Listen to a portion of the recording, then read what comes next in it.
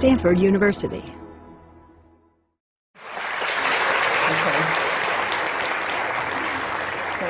Thank you. Terry is too kind. I appreciate the invitation. And I also want to say I know of a number of education days.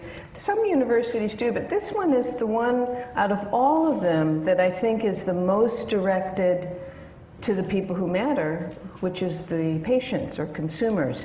So I really think Terry and his group are to be commended for really adhering and wanting to provide access and the newest information about where thinking is and what's happy in treatment that's very directed towards you. So I think we should give a hand really to Terry.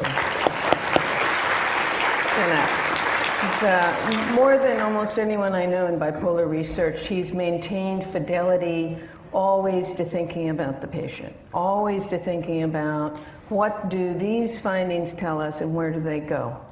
So I appreciate that and respect that a lot.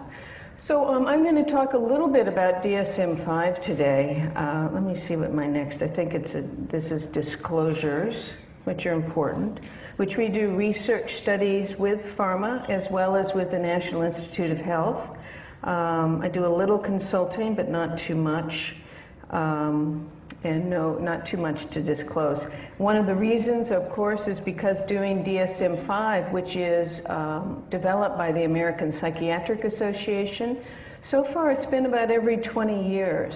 So, you know, it's important in engaging in that work. Everyone on it sort of severed any relationships we had of consulting and so on in order to create some kind of barrier in our thinking so there wouldn't be any sense of intrusion by the more commercial end of things. So a couple remarks on DSM-5, and I'm going to talk about these three areas. I'm also more focused here on bipolar disorder than on unipolar depression, unipolar or major depression. There have been some big things in the works for major depression, and there's been actually a fair amount of press about a couple of them, including shifting the bereavement exclusion. I think there's been some of the most press on that. And I'm happy to discuss what I understand about those proposals afterwards if people like. So in working, I think what Terry said earlier was very true. It's not that the mood disorders are changing, it's that our ability to hopefully capture more completely or accurately and in useful and practical manners what people are experiencing is ever getting better.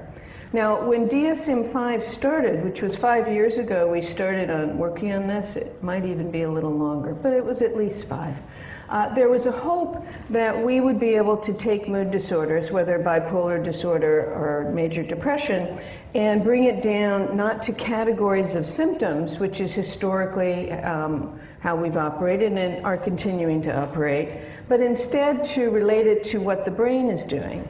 It quickly became very clear that where our level of understanding of the brain is right now, 2007, 2012, we don't yet know enough about how the brain operates that we can take things out of the kind of symptom categories that we use to define mood disorders. So that was the hope at the outset, and I think that my hope would be that in 10 years when they do a revision or whatever that time course is, I feel, and some of the, Terry I think highlighted and pointed to some of the areas of research going on here that are very exciting. My hope is we'll understand more about how the brain is functioning and can relate mood disorders more directly to the brain, and also to link it to symptoms.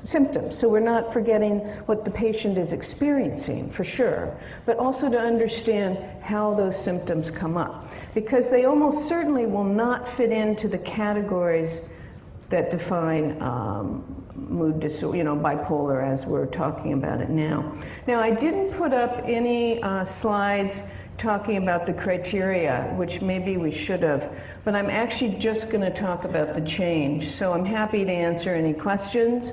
I'm going to be addressing these three areas, and we have just about 10 minutes.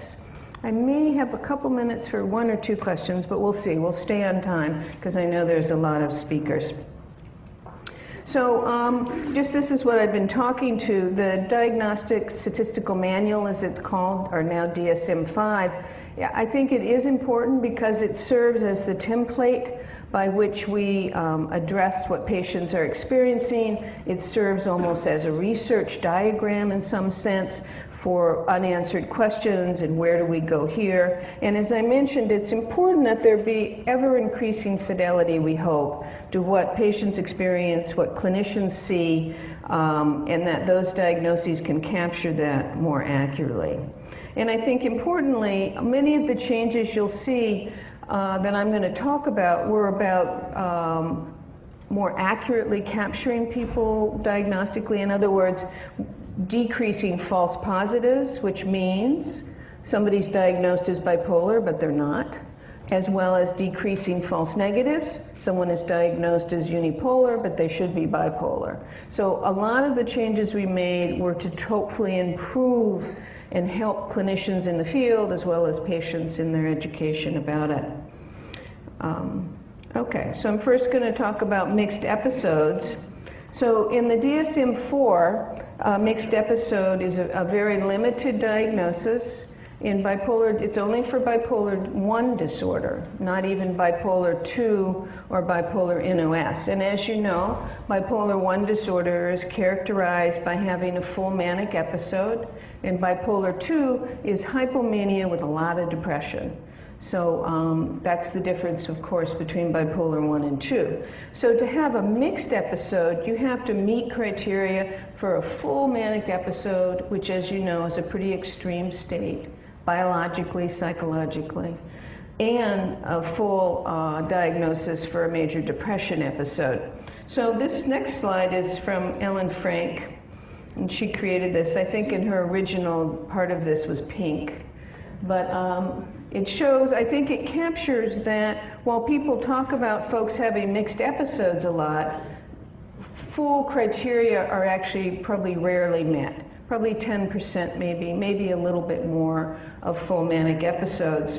Yet on the other hand, I've done studies and other people have done studies, and there's a huge historical literature recognizing there are more complex mixed states people experience all the time.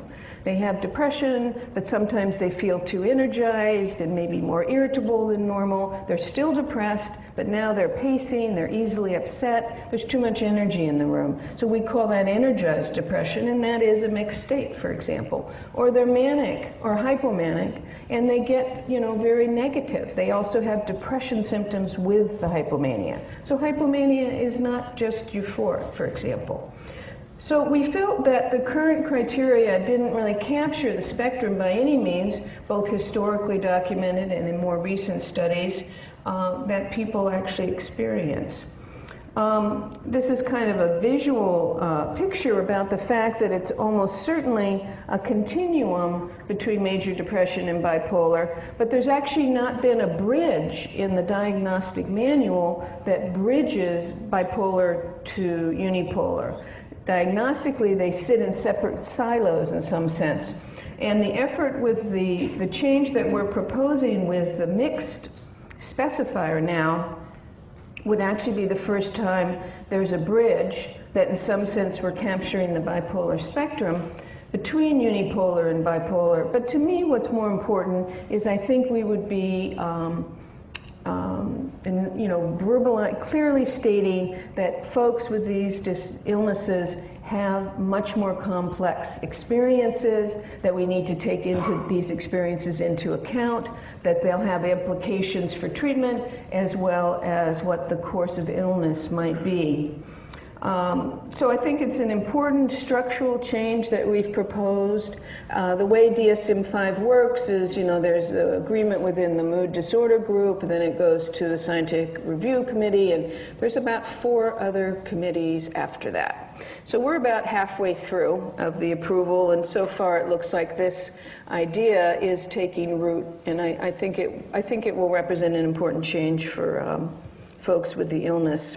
As I mentioned, I think one of the consequences of not having a more descriptive, informed definition of what mixed experiences people have. I think we can expect the specifier is going to be much more used in bipolar. It's unclear how much we will see it in unipolar depression.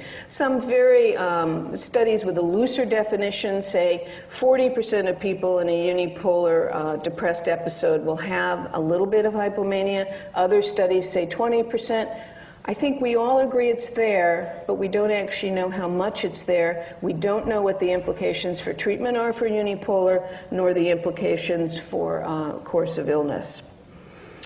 So the hope is by including this, we will help people define their illness better. So this is, I'm sure most of you or many of you have read Kay Jamison, who's written so eloquently about her own illness. This is her description of mixed episodes. I felt infinitely worse, more dangerously depressed during this first manic episode than when in my worst of depressions. In fact, the most dreadful I had ever felt in my life, one characterized by chaotic ups and downs, was the first time I was psychotically manic. My delusions centered on the slow, painful deaths of all the green plants in the world. Vine by vine, stem by stem, leaf by leaf, they died, and I could do nothing to save them. All of my images were black and decaying. So, very evocative. That is a full mixed episode, which we don't see usually, but we do see the mixed, I believe, frequently. So, pressing on. So historically, if you look at the bipolar DSM-5, you'll see that that's not otherwise specified. Those are folks who have a bipolar course, who clearly don't fit into unipolar, but they haven't crossed a line to meet criteria for bipolar 2, which would mean they'd have to have had a hypomanic episode, not just symptoms, or bipolar 1, which means a manic episode, not just symptoms. So bipolar NOS can be also a bridge in the continuum from unipolar to bipolar, but in DSM-4, there was no structured, it was all just examples include. So for DSM-5, it's now changed throughout the book to not elsewhere classified. But in here, just some of the examples: very rapid alteration of mood, recurrent hypomanic episodes. But in the current, they're not coded and they can't be tracked. So there's been some effort to propose very specific criteria. In the current book coming up, there's going to be a chapter 3 or an appendix. So for example, I think it's well recognized both nationally and internationally that many people have short duration hypomania. So they have hypomanic symptoms meeting full criteria, in other words, enough symptoms, but the symptoms don't last long enough. So that's really recognized as a subtype, but hasn't been studied in a prospective diverse population enough to where it's clear that can rise to the level of its own disorder, to understand it better. So we're putting that into the appendix to give people an opportunity to study short duration hypomanic folks with that type of NEC. So I'm going to press on. So what is one of the things to notice? These are kind of very fine points, but these fine points will affect, I think, all of our lives. And that is, what's the difference between a specifier, because they sound alike, right? Simultaneous symptoms, the mixed symptoms, versus not elsewhere classified. And in the not elsewhere classified, you're talking about more of an admix of symptoms, but they're not occurring at the same time. Whereas in the mixed feature specifier, the symptoms are occurring together. So it's a fine distinction, but important. Also in the mixed specifier, someone already has a diagnosis of bipolar 2 or 1, or they have a diagnosis of major depression. Okay. So one of the goals is premenstrual disorder, which was not put into DSM-4, was put into the appendix in the same way as short duration hypomania is proposed to go into the appendix. It's still a proposal. And now PMS is rising to the level of a disorder based on the research in the last 20 years. So that's it's a very slow, it's like watching a tree grow, and the positive aspect of what Dr. Jamison said. So I want to close with this last bit. which is, as you know, for criterion A of bipolar 1 or 2, which is mood. I'm going to skip that. In mood, there has to be a distinct period of abnormally and persistently elevated, expansive, or irritable mood. That's criterion A. That was the only gate. Well, if you actually look at criterion B, which is the specific symptoms in A, it was very possible to get diagnosed as bipolar 1 or 2 without actually having the illness. You could meet those criteria without having some of the most fundamental hallmarks, which are really a big change of circadian rhythms, which is you have a lot of energy, you're not sleeping well, there's a big change in the kind of presence of who someone is in the room. But you can look at the criterion B symptoms and you can sort of select someone is moody, they're a little impulsive, they're talking faster, and you can kind of wind them into bipolar disorder. But yet bipolar 1 and 2 disorder are very serious lifelong illnesses that have a lot of implications, and we don't want to be diagnosing people, of course, inappropriately who don't have the illnesses. So this is also winding its way through committee. It looks like it's so far going through pretty well, and we're proposing that there will be increased activity or energy in the criterion A, which is the gate criteria. So if you have a change in mood or if you have a change in energy, you don't get through the gate criteria. You have to have a change in both, and then that will get you into the possibility of making the diagnosis as well as defining the episode. So you have a lot of change in mood without any change in energy or change in sleep. I don't think you're going to get into the episode category. So the summary, we're going to have a mixed feature specifiers proposed. NOS is a little less change, but there are now going to be specific criteria proposed for a couple things. I think one of the big changes is the addition of energy and activity. The general question of has there been a change, so we'll see. That one's still winding its way forward. So some of the impact, I think all of you know, is this will represent new classification systems throughout all of DSM-5 in many cases. New codes are going to be put on board, new billable options, as well as new FDA targets for drug development. And again, we want to understand the illness, and in the long run, we want to improve our treatment in part through understanding better how the brain is changed during these illnesses. What is going on? What is leading to these clusters that we define as bipolar and unipolar depression? So there is a DSM5.org, that's Roman numeral 5, if any of you would like to look up sort of all the specifics of being proposed across all the categories. I think pretty close on time. So thank you very much, and I'm happy to answer questions in the hall. For more, please visit us at stanford.edu.